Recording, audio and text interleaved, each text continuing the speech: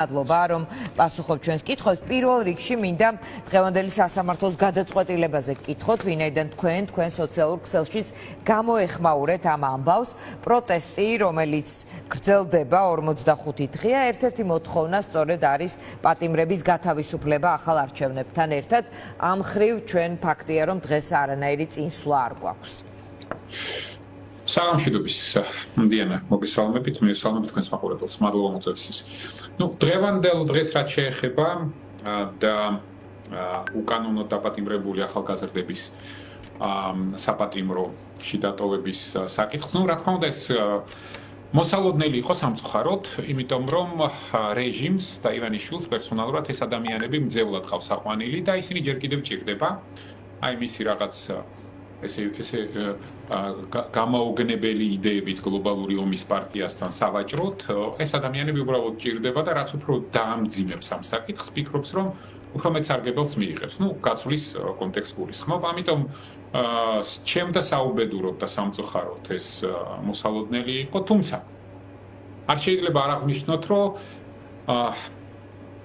საოცრად აღფრთოვანებული დარჩი იმ სულისკვეთებით, პოზიტიური სულისკვეთებით, რომელიც ამ პროცესში გამოჩნდა. ძალიან კარგად გამოჩნდა, სად არის თეთრი და სად არის შავი. სად არის სიკეთე და სად არის სპორტება, სად არის ნამდვილი ქართული ეროვნული იდენტობა და სად არის ეს საცოცხლეთილი სიბნელე. ეს ყველაფერი ძალიან კარგად გამოჩნდა და ეს პოზიტიური სულისკვეთება, რომელიც ხშირ შემთხვევაში ზოგჯერ იმ ადამიანებს, რომლებიც რუსთაველზე თავისუფლები ვართ და რუსთაველზე პროტესტს გამოთქვამთ და დგევართ, გვაკლია ადამიანები, რომლებიც არიან საპყრობილეში, ისინი ამ პოზიტიური სულისკვეთებით იყვნენ სავსე და ფაქტობრივად მაგალითს აძლევდნენ ყველა იმ ადამიანს, რომელიც რუსთაველის გამზირზე უკვე მე რამდენი ღამეა გამოთქვამს პროტესტს.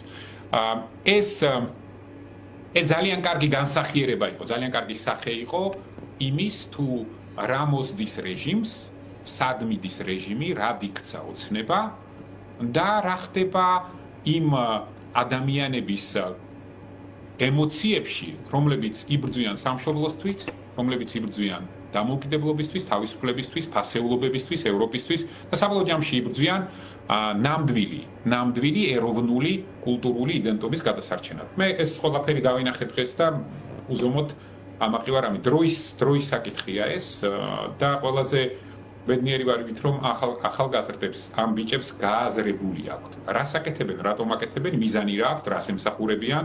კი ბატონო. და რამდენად დიდია და დიადი ეს მიზანი. კი ბატონო, გიორგი, მინდა რომ ვილაპარაკოთ ორი გზა, ესე ვთქვათ, ახალი არჩევნების კენსვლა, რა პერსპექტივა, არ ვიცი, აი რა გვიჭირავს ხელში 45 დღეს პროტესტის. მომისმენია მათ შორის სალომე ზურაბიშვილისგან, რომ ან არჩევნებს ჩანიშნავს, ან ჩამოშლის გზით წავალთ. თქვენ რომელ გზას ხედავთ? ეხლა თქვენ ხშირად საუბრობდით ჩვენს ეთერში გარკვეულ ფაზებზე. რა ფაზაში ვართ ეხლა? რაიმე გაქვთ თუ არა ხელთ კონკრეტულად ამ ფაზაში ისეთი, რომელიც მეტ იძლევა ახალი არჩევნების თარიღის მიღების? დიანა, თქვენს ხმაში რაღაც ცოტა პესიმიზმს გრძნობ და მინდა გითხრათ, რომ არ არის ესე საქმე. ყოველ შემთხვევაში, მიუხედავად იმისა, რომ ჩვენ რეალისტები უნდა ვიყოთ, ჩვენ ახლა ჯერ კიდევ ვართ პირველ ფაზაში და პირველ ფაზის დასრულება ჩვენ დაახლოებით იანვრის ბოლოსთვის მოხდება, მაგრამ პირველ ფაზას ჩვენ ვიგებთ. ოცნება მარცხ ხდება პირველ ფაზაში და ეს ფაქტია. მარტივად შეიძლება ეს ჩამოვთვალოთ. ოცნებას დღეს უკვე რამდენი თითქმის 2 თვე გავიდა და არ აქვს ქვეყნის შიგნით ლეგიტიმაცია, პარლამენტი არის ერთპარტიული, ამ პარლამენტში არავინ არ შესულა და საქართველოს ასობით 1000 მოქალაქე გამოთქვამს პროტესტს ყოველდღიურად. ეს ერთი. ოცნებას არ აქვს საერთაშორისო ლეგიტიმაცია, მას უბრალოდ არავინ არ ელაპარაკება და ძალიან გაუჭირდება, რაც არ უნდა მოიფიქროს ეს რაღაც ტრიუკები და კორუფციები. ამ საერთაშორისო ლეგიტიმაციის მიღება და ოცნებას სისტემურად უკვე უდგას სანქციების პრობლემა და საკითხი.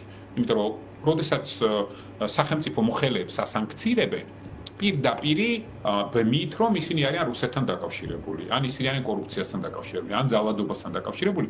რა თქმა უნდა, ეს ის შედეგებია, რომლებიც ოცნებამ მიიღო გაყალბებული არჩევნების შემდგომ. ჩვენ ხო ვეუბნებოდით ოცნებას, რომ არ დააყალბოთ არჩევნები, ეს იქნება თქვენთვის ყველაზე კარგი შესაძლებლობა ახალი ენერგიით ახალი ცხოვრება დაიწყოს. გააყალბეს და მიიღეს ის, რაც მიიღეს. სპირალში არიან. ამიტომ ჩვენ ახლა მთავარი რასაც უნდა მივახციოთ, სანქციების პროცესი.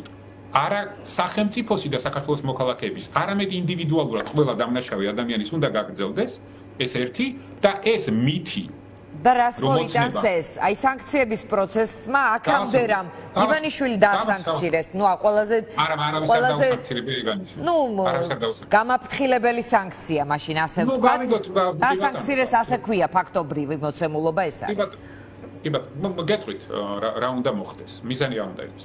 ეხლა პირველ რიგში უნდა დასრულდეს ეს რაღაც ესე ვთქვათ ტყუილი ფუჭი იმედები, რომელსაც ოცნება პირველ რიგში თავის მომხრეებში ასე ვთქვათ ყიდის ასაღებს, რომ აი ისინი შეძლებენ ახალ ადმინისტრაციასთან დალაგებას, ეს ბოლო ეს რაღაც იმედები აქვს. ყველას უნდა ესმოდეს, რომ ეს დამოკიდებულება საქართველოს დღევანდელი რეჟიმისადმი არის ორპარტიული.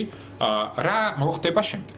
აი მარტივად გეტყვით, იმ შემთხვევაში თუ ლეგიტიმაცია არ იქნება არც ქვეყნის შიგნით, არც ქვეყნის გარეთ, დასანქცირების პროცესები გაგრძელდება. იმ შემთხვევაში, როდესაც ყველა იმედი, დღეს ხო იმედზე დგას ეს ყველაფერი, რომ ივანიშვილი შეძლებს და ტრამპთან დალაგდება. ეს ყველაფერი რომ დასრულდება, რა თქმა უნდა, დემონტაჟი, შიდა დემონტაჟზე მაქვს საუბარი, რა თქმა უნდა, ეს ეტაპობრივად ნელ-ნელა დაიწყება. ანუ თქვენც ფიქრობთ, რომ ჩამოშლა ეს არის გზა დემონტაჟს როცა ახსენებთ, აი ჩვენი წინასწომარი ამბობდა, რომ ესეც გასათვლელია, იმიტომ რომ შეიძლება ქვეყანას ძვირად დაუჯდეს, ანუ რაფასის გადახდა მოგვიწევს და ასე შემდეგ. დემონტაჟი რას გვინდა? მე მგონი ჩვენ არ გვინდა, ხო?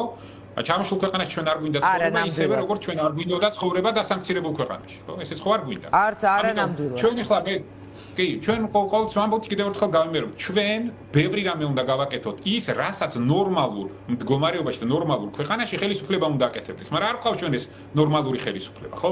მაშინ, როდესაც ჩვენ ვზრუნავთ იმაზე, რომ საქართველოს მოქალაქეებს არ გაუუქმონ უვიზო მიმოსვლა ევროპასთან, საქართველოს ხელისუფლების მოვალეობას ვასრულებთ. მაშინ, როდესაც ჩვენს დასავლელ პარტნიორებს, აი მე აქ რასაც ვაკეთებ, ვუხსნი, რომ საქართველოს დღეს ზუსტად ისე როგორც 2, 3, 4, 5 წლის წინ ბევრად უკეთეს ფორმაში იყო. სხვადასხვა განზომილებებში ვიდრე მოლდოვა, ამას ვაკეთებთ. იმიტომ რომ მათ მაგივრად ბევრი რამე უნდა გავაკეთოთ, რომ მათ ახლა არაფერი არ ადებთ ხელისუფლების შენარჩუნების და რაღაც მოპარული ფულის გადამალვის გარდა. ამიტომ ჩამოშლა ჩვენ არანაირად არ გვაწყობს. ამიტომ ვამბობ ჩვენ რომ ჩვენი მიზანი ის კი არ უნდა იყოს რომ ჩამოიშალოს რამე. ჩვენი მიზანი უნდა იყოს ის რომ მივახციოთ ახალ არჩევნებს ახალ საარჩევნო გარემოში. ეს უნდა იყოს მიზანი და უნდა გვესმოდეს. ოცნება ხო არ გაქრება არსად, ხო? თავისი სადღაც ეხლა დღეს ფიქრობ 20% ექნება და ეს არის. თავისი ადგილი უნდა ნახონ ყველამ და ის მასე 20% სალომე ზურაბიშვილი არჩევნების წინაც ამბობდა, მაგრამ შემდეგ სხვა მოცემულობა მივიღეთ. ანუ როგორ დათვალეთ რომ 20% 20% ეხლა რომ 20% პასუხი ვაგო, ხო? მე არ მithქვამს. ყველა არ არის ფლად, მაგრამ მაინც მის მიერ, ასე ვთქვათ, მისი ავტორობით შექმნილი დოკუმენტის ხელმომწერი ხართ, გარკვეულწილად ეს ნიშნავს, რომ მას რაღაც ფორმატში აღიარებ. ეხლა დოკუმენტზე ხელმოწერა და 20% დაბრალება, ეს სხვადასხვა რა. კი ბატონო, ეხლა როგორ ითვლით, რომ 20% აქვს? იმ გამოკითხვებით და კვლევებით, რომლებიც აქ-იქ საქართველოში ტარდება. აი ამ კრიზისის პერიოდში ტარდება კვლევები და ასეთი მოცემულობა, რომ ოცნებამ დაკარგა ამომრჩეველი? კი, რა თქმა უნდა დაკარგა ოცნებამ ამომრჩეველი. რა თქმა უნდა ოცნებამ დაკარგა ამომრჩეველი. განსაკუთრებით მას შემდეგ, რაც ქვეყნის ევროპული ინტეგრაციის შეჩერებაზე პოლიტიკურად აიღო პასუხისმგებლობა და მას შემდეგ, რაც ამის შემდგომ იძალა მშვიდობიან დემონსტრანტებზე და ამის შემდგომ ძევლა დაიყვანა და უდანაშაულო ადამიანები დააპატიმრა.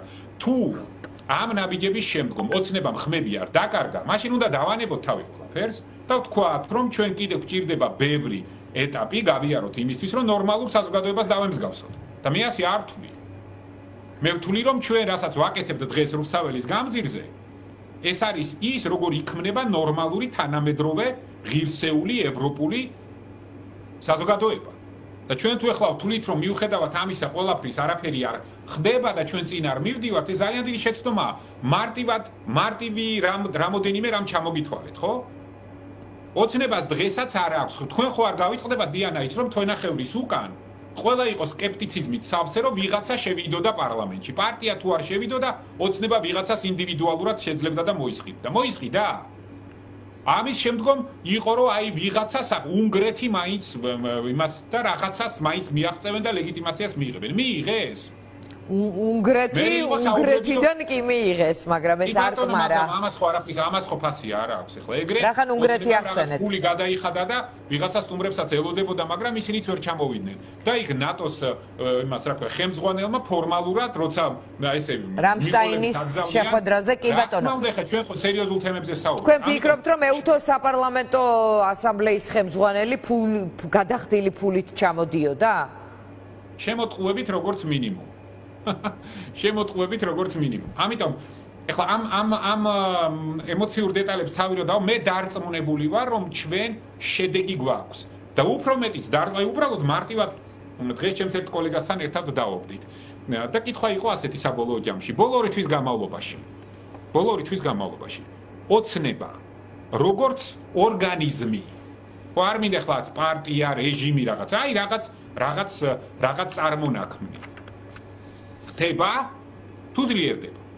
რა თქმა უნდა ხდება. ეს ყველაფერი ჩვენ თვალწინ ხდება. ოცნებას დღეს აი მარტივ რამეს გეტყვით. ინიციატივა აქვს დაკარგული თვენახევარი 2 თვეა.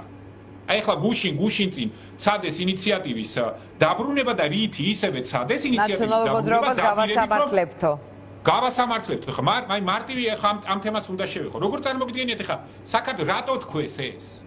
ეს თქვეს იმიტომ, რომ საქართველოში რა თქმა უნდა არიან ადამიანები, რომლებსაც შეიძლება აქვთ ასეთი სურვილი, ზოგი სურვილი შეიძლება ლეგიტიმურიც არის, ზოგი სურვილი შეიძლება მორალურიც არის, რომ ნაციონალური მოძრაობის რეჟიმმა, ყოფილმა რეჟიმმა რაღაცაზე პასუხი რაღაცა სახით აგოს.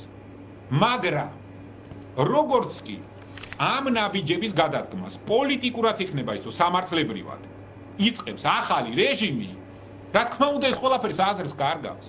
ეს ყველაფერი აზრს კარგავს. როგორ შეიძლება ერთმა რეჟიმმა გაასამართლოს მეორე რეჟიმი? საბოლოო ჯამში ესეც კარგი პროცესია და ჩვენ ყველანი მივალთ იქ, როდესაც გადავწყვეტ, რომ ეს ორი რეჟიმი, რა თქმა უნდა ისტორიას უნდა ჩავაბაროთ. იმიტომ რომ ამ ორმა რეჟიმმა გადაგვაყოლა ჩვენ, გვაკარგინებს დროს, გვაკარგინებს ევროპულ მომავალს, გვაკარგინებს ეკონომიკის განვითარებას, გვაკარგინებს ჩვენი შვილების მომავლის განვითარებას და ეხლა როდემდე უნდა ვსდიოთ, ხან ერთს მოუნდება, ხან მეორეს მოუნდება, მე ეს დააპირებს იმის გასამართლებას, მე ისინი დააპირებენ ამის გასამართლებას და ჩვენ ეხლა უნდა უყუროთ ეხლა ამათ რა. ჯერ ერთი ეს და მეორე ოცნება ვინ უნდა გაასამართლოს, კაცო, ნაციონალური მოძრაობის ყველაზე ოდიოზური ფიგურები ვინც იყვნენ დღეს გატენილია მაგ ხალხით ოცნება თავის თავს ასამართლებს. კი ბატონო, ბატონ გიორგი, მინდა ერთი კითხვა დაგისვათ ასეთი ძალიან აქტუალურია დისკუსია შეიძლება ძირითადად სოციალურ ქსელებში და არა მხოლოდ ეს არის რატომ მეტი არ ითქვა და მეტად არ აიხსნა აბაომი გინდაზე პასუხი.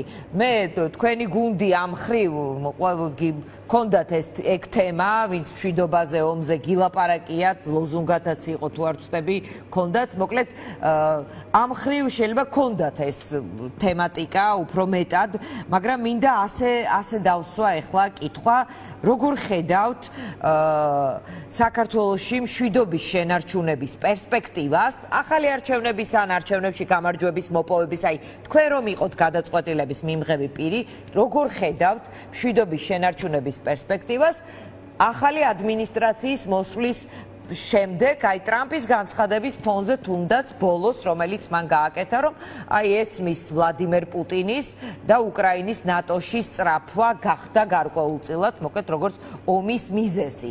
აი ამ ფორმულირებით მისი მხრიდან საკითხის დაყენება რა ტიპის საფრთხეებს დამატებით წარმოშობს საქართველოს ტიპის ქვეყნისთვის?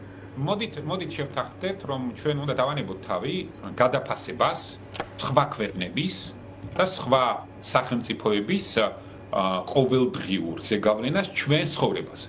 რა თქმა უნდა, ამას ზეგავლენა აქვს, მაგრამ ჩვენ ამას ვუტრირებთ, ამის აბსტრაგირებას, ამას ვაზვიადებთ ამას ყოველდღიურ.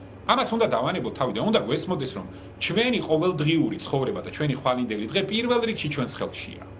ეს ერთი. და ამიტომ ახლა თავისი პოლიტიკური კონიუნქტურიდან გამომდინარე სხვადასხვა სისტემური დიდი სახელმწიფოების ლიდერები, როდესაც ხან ერთ მესიჯს გააზღერებენ და ხან მეორეს, ამის და მიხედვით ახლა ჩვენ ყველა ჯერზე აქ ფლუქტუაცია დავიწყოთ და ჩვენი საგარეო პოლიტიკის ორიენტირები ვცვალოთ და ზოგს კიდე იმპაქტი დაემართოს. რა თქმა უნდა ეს არ შეიძლება, ან ზოგმა კიდე პოლიტიკურად დაიწყოს წინასაარჩევნო და ან არჩევნების შემდგომ ამის ამის გამოყენება. ეს არასწორია. თანმიმდევრულობა არის ყველაზე მნიშვნელოვანი, რაც ჩვენ უნდა გვახასიათოს. ეს ერთი. მეორე, ყველას უნდა გვესმოდეს, რომ დასავლურ სამყაროსთან თანამშრომლობა და მათი ჩვენი ადგილი დასავლურ სამყაროში, ეს ჩვენ გვინდა. ეს პირველ რიგში ჩვენი ინტერესია და შემდგომ უკვე ამ დასავლური სამყაროს ინტერესი. მარტივი მიზეზის გამო. იმიტომ რომ დასავლური სამყარო და დასავლური ცივილიზაცია არის ის ცივილიზაცია, სხვას ყველაფერს თავი რომ დავანებოთ, იმიტომ რომ დემოკრატიაზე უკეთესი ჯერ არაფერი არ არის გამოგონილი. რომ ყველაზე კომფორტული და კეთილდღეობა არის ჩვენი შვილებისთვისაც, ხანდაზმულებისთვისაც, ჯანმრთელობისთვისაც, განათლებისთვისაც და ყველაფერს. ამას თავი რომ დავანებოთ, გადავდოთ გვერდზე, რაც ზედაპირზეა ეს ყველაფერი, ხო? ყველას კარგად უნდა გვესმოდეს და ჩვენი ისტორიული წარსული კი არ გვასწავლის, გვანახებს, გვაჩვენებს მაგალითებით, რომ ჩვენს გეოგრაფიაში ქართული ძლიერი ეროვნული სახელმწიფოს აშენება არის მხოლოდ დასავლური სამყაროს ინტერესებში და არა ჩვენი ჩრდილოელი მეზობლის ინტერესებში. ჩვენი ჩრდილოელი მეზობლისთვის იდეალურია რომ ჩვენ ვიდრე ამ სამყაროს ნაწილი გავხდებით, როგორ დავაზღვევთ ომის რისკებს. თუ ასეც ვერ ხედავ. მარტივად ჯერ ერთი, რა თქმა უნდა, ბალანსის პოლიტიკით, რადგან ჩვენ ყოველთვის ვლაპარაკობთ. აი ეს არ ნიშნავს იმას, რომ ჩვენ საერთაშორისო ორიენტაცია და ჩვენი საგარეო პოლიტიკური ვექტორები, როდესაც გადაწყვეტილი გვაქვს, ეს არ ნიშნავს იმას, რომ ჩვენ ვინმეს უნდა ვეომოთ, ან ვინმესთან ლაპარაკის კომპლექსი უნდა გქონდეს, ან ვინმესთან თანამშრომლობის კომპლექსი უნდა გქონდეს. ჩვენ პრიორიტეტები უნდა გქონდეს სწორედ დალაგებული და ეს პრიორიტეტები უნდა იყოს ცხადი, ნათელი, ტრანსპარენტული და ღია ყველასთვის. მაშინ, როდესაც ჩვენ დღევანდელი ოცნებასავით ცდილობთ ყველგან თაღლითობას, ვაჭრობას, თან ისიც სახელმწიფოს და ქვეყნის ინტერესებიდან გამომდინარე კი არა. ჩვენი პირადი ინტერესებიდან ფული გადავარჩინო, იქ კრედიტ სვისმა და მას სანქცია, იმპულს ვერ უბრუნება, ამ ფულით კომპლექსიანი ვარ და აი 1000 სისულელეებით. ასე კი არ უნდა ვიქცეოდეთ. უნდა ვამბობდეთ, რომ საქართველოს მომავალი, ქართული სახელმწიფოს მომავალი არის ევროპულ სივრცეში. მაგრამ ეს არ ნიშნავს იმას, რომ ჩვენ ვემტერებით ვინმეს. და ვიღაცას თუ გონია 21 საუკუნეში ეს ჩიხია და აქედან გამოსავალი არ არსებობს. რა თქმა უნდა ძალიან ცდება, რა თქმა უნდა არსებობს. ჩვენ უნდა ველაპარაკოთ ყველას და ჩვენი სტრატეგიული არჩევანი ქვეყნის განვითარების ეს არ ნიშნავს იმას, რომ ჩვენ რუსეთს არ უნდა ველაპარაკოთ. მაგრამ რუსეთს უნდა ველაპარაკოთ ჩვენი ინტერესებიდან გამომდინარე და იმის გათვალისწინებით, რომ ჩვენ ოკუპირებული ქვეყანა ვართ. და თქვენ როგორ ფიქრობთ ახლა ჩვენ დასავლელ პარტნიორებს ეს არ ესმით? რა თქმა უნდა ესმით. თუ ის ტყუილები, რომლებსაც ოცნება ავრცელებს იქ ვიღაცა ომში ჩართვას რო თქო, გამოვიდნენ ერთხელ თქვან, ხო შეიძლება რა? ხო, უფრო მეტად ლაპარაკობენ, რომ ეს ღარიბაშვილს შეემთხვა და რაღაც უფრო გააფართოვეს ეს თემა, რომ უთხრეს ღარიბაშვილს. ღარიბაშვილი გამოვიდეს მე ენა ხო აქ ამ ღარიბაშვილს რა? ენა ხო აქ ამ ღარიბაშვილს გამოვიდეს და თქვა. არ ჩანს სხვათა შორის ბოლო პერიოდია ის პარტიის თავმჯდომარის სტატუსშია, მაგრამ არ ჩანს თქვენ წეღან ახსენეთ, რომ ივანიშვილი არავის დაუსანქცირებიაო, ანუ მიუბრუნდები ისევ ამ თემას, ანუ გაგვთ განცდა, რომ მართლაც ეს იყო გამაფრთხილებელი და მასთან რაღაც ტიპის, ვთქვათ, ამ მიმართულებით შეიძლება გაუარესდეს მისთვის სასანქციო პოლიტიკა. მარტივად, აი დიანე შეხედეთ. დიახ. მას შემდეგ, როდესაც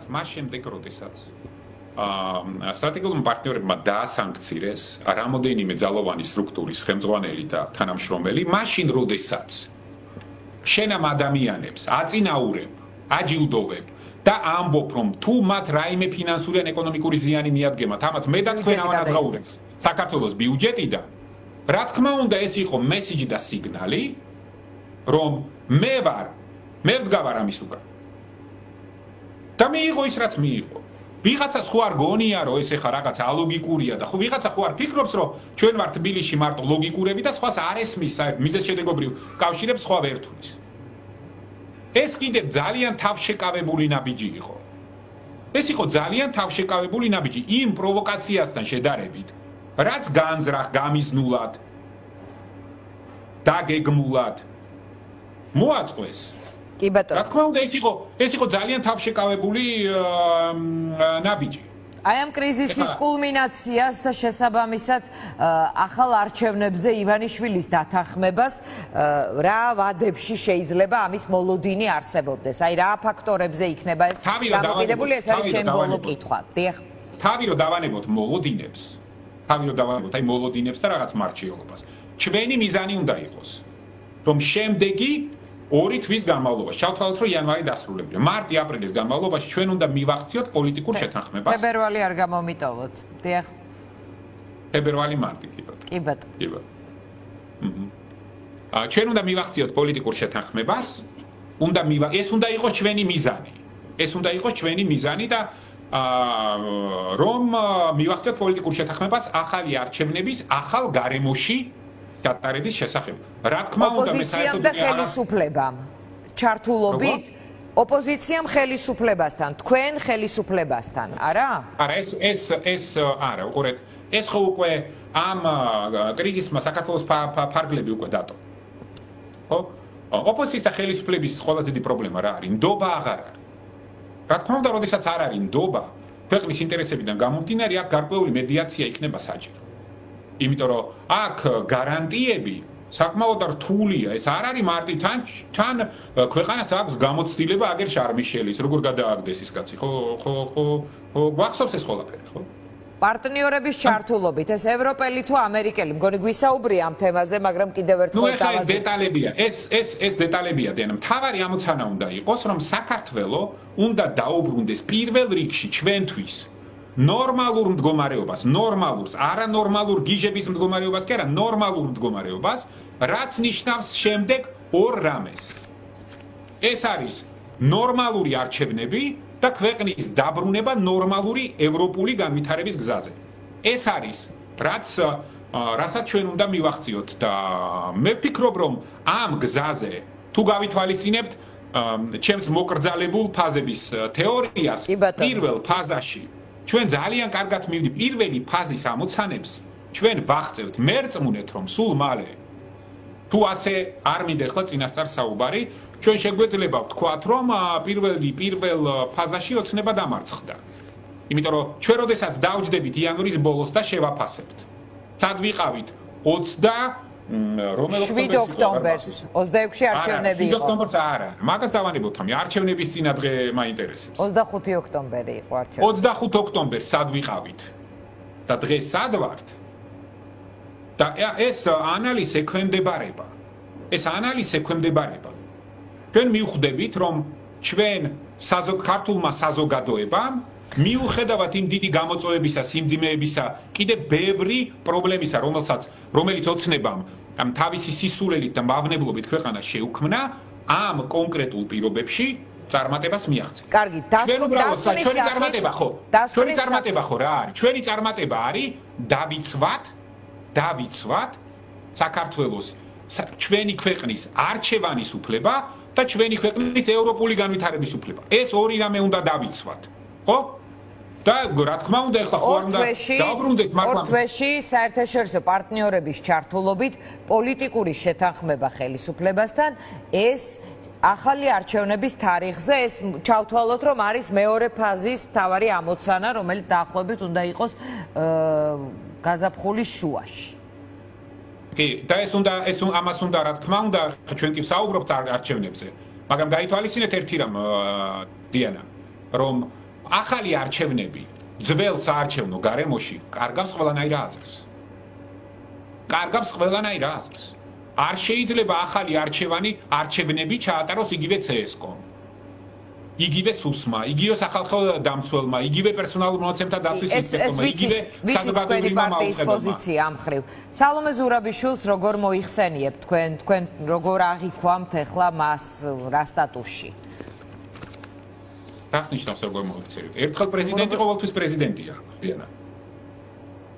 ის ამბობს, რომ ის ახლაც პრეზიდენტია და იქნება პრეზიდენტი და აი თავისუფლებამოსილების თქვენ ახლა იცით მე ყოველთვის რეალური პოლიტიკის ასე ვთქვათ ადეპტი, ხო? მეც და ამიტომ გეკითხებით. კი, რა თქმა უნდა, ეს შეიძლება იყოს მხოლოდ სიმბოლურად. იმიტომ რომ რეალური ძალაუფლების განხორციელების ინსტრუმენტების გარეშე ეს ყველაფერი სიმბოლურია. ეს ობიექტური რეალობაა. დღეს ოცნებამ ჩვენი ქვეყანა შეიყვანა ისეთ ჩიხში, ისეთ პოლიტიკურ კრიზისში, რომ ჩვენ პრეზიდენტი არ გვყავს. ეს არის ყველაზე დიდი რეალურ პოლიტიკურ პროცესზე თუ საუბრობთ. ეს არის ყველაზე დიდი გამოწვევა ჩვენი ქვეყნის. ხე ჩვენ შეიძლება სიმბოლური პრეზიდენტი ვთქვათ, არალეგიტიმური პრეზიდენტი ვთქვათ, მაგრამ საბოლოო ჯამში სრულფასოვანი ინსტიტუტი კი ბატონო. ჩვენ არ გვყავს. კი ბატონო. და ეს არის ჩვენი ყველაზე დიდი უბედურება. მადლობა. გიორგი, ძალიან დიდი მადლობა. გიორგი გახარია გვერდთვებოდა.